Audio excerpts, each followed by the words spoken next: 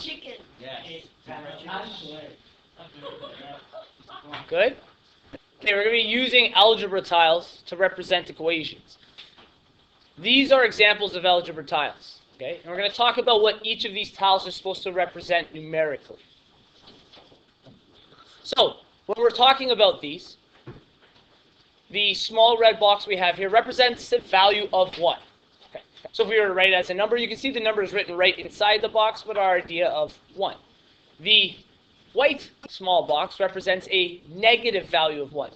So remember, we went over integers so that we would know this. Each of these represent these values. X is a long tile, and that represents an unknown number. We don't know how many it actually represents. It could be an infinite amount of numbers, or it could be 0 for all that we know. Okay. So like we said, this could represent any large or small number. We don't know what it is. Essentially, when I go to write it algebraically, and that means as symbols, we write it like an X. And that can be a positive or a negative value. And that's supposed to be a negative there. Now, I've gone ahead and turned this exact symbol on its side. They both represent the exact same thing, but the reason I've done that is because I want you to see how this value was made here, which is x squared, or x to the power of 2. When we multiply exponents, this exponent is technically to the power of 1. There's nothing there, so we go and make the assumption it's to the power of 1. When multiplying exponents, and we're really going to get into this idea tomorrow, but I do want to show you this quick rule here, that if I multiply x, technically to the power of 1, okay, this is to the power of 1, times x to the power of 1, when multiplying exponents, if the bases are the same, we can rewrite it as the base and just add the two exponents. So that's 1 plus 1. What is 1 plus 1? 2. So it's x to the power of 2. So the idea here is if we're trying to create area, if you guys remember area of a shape, length times width, if I multiply x by x, I'm going to end up with x squared, and that's what the area of this larger shape is. Okay, so that's how we've got all of these concrete materials to represent values. Now, just to start off easy, if I needed to represent, let's say here's our example number 1. We'll say somebody ran 4 kilometers, and I want to represent it as concrete materials. What would I use? Anyone know? Would I use the red or the white or the greens? Red. We know it's a value of 1, and each of them represents 1. So how many do we need? 4. Very simple, right? We're adding 1 4 times. This will represent 4 kilometers. Good. What if we needed to represent the weather outside, and it was -2 Celsius? Okay. 2 degrees Celsius. What would I use to represent 2 degrees Celsius? The negative ones. How many would I use? 2, that's right. Okay. So we use 2 of those to represent it. Good, we're getting the hang of it. Let's say, example 3, I need to represent 3x. Okay. So for instance, let's say that I was running around a lake this weekend, but I have no idea the distance of the lake. I know I circled it 3 times, right? I went around it 3 times, but I don't know its exact distance. How would I represent this with concrete materials? What would I use?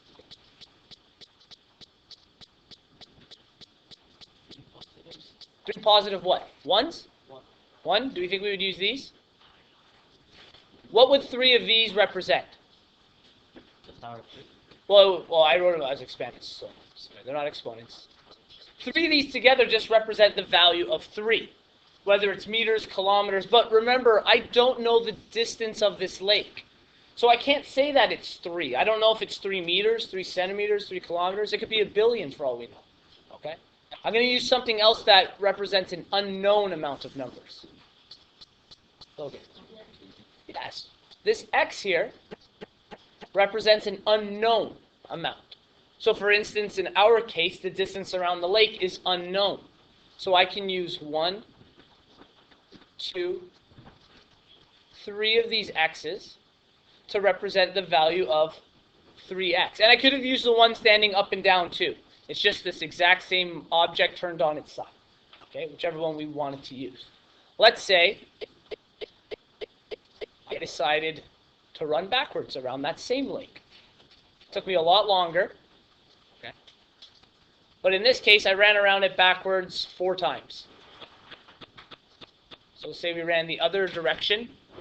So I went the other way 4 times. I went in a negative direction. What value or what would I use to represent this negative 4? Okay. Yeah, I've used this negative x, and whether it's this one or this one, I'm going to use the vertical one. It's going to go black for a second. Okay? And we're going to put out 4 of them. Okay? So these represent 4 of those values. Good. Finally, let's say I have a house, and it takes up a certain amount of land, but I don't know how much land. But I do know it's an area. Let's just say EX. So here's our example 5. And in fact, I own 2 homes. They're identical sizes.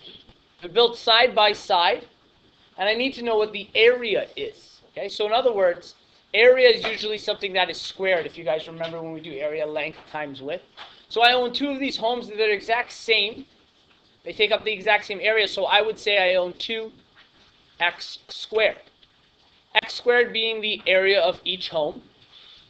I don't know what the area is. I've never measured them. But I do know I own 2 of them, and they're identical. How would I represent this 2x squared? Which of the objects up here would I use? x2, or the x squared. Right? So I would use 2 of these to represent, and it pretty much looks like the area of homes. Right? This would represent my 2 x's. And then if I had a negative value, I would use the negative one. So what I'm going to do is I'm going to give you an equation, and I want you guys to try to draw these. Okay? I'm going to give you an equation. And the equation says we have 3x squared minus 2x plus 1. I need to represent 1, 2, 3 different types of terms with the values we have above. I want you to try to draw on your sheet right now those values, and then we're going to take it.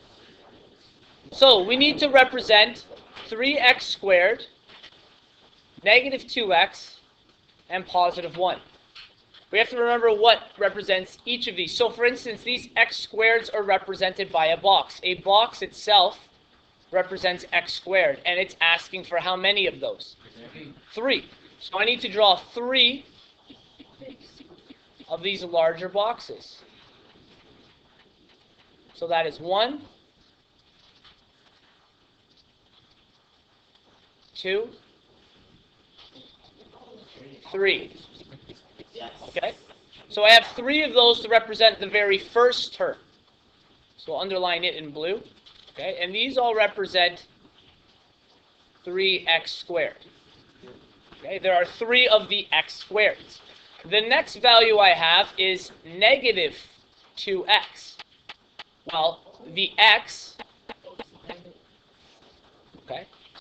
the x or the negative x is represented by these white long bars. Okay, so I need 2 of them. So I'm going to pull down 1, 2, and let's do that together. Let's move both of those. So these represent the value of, because there's 2 of them, negative 2x. And finally, I have a constant. This constant is the number 1. It's a positive constant. And if we go way back up here, the small red box represents a positive constant term. So I pull that down there. And that one little box represents the value of positive 1. So when I put all of these together, I have 3x minus 2x plus 1.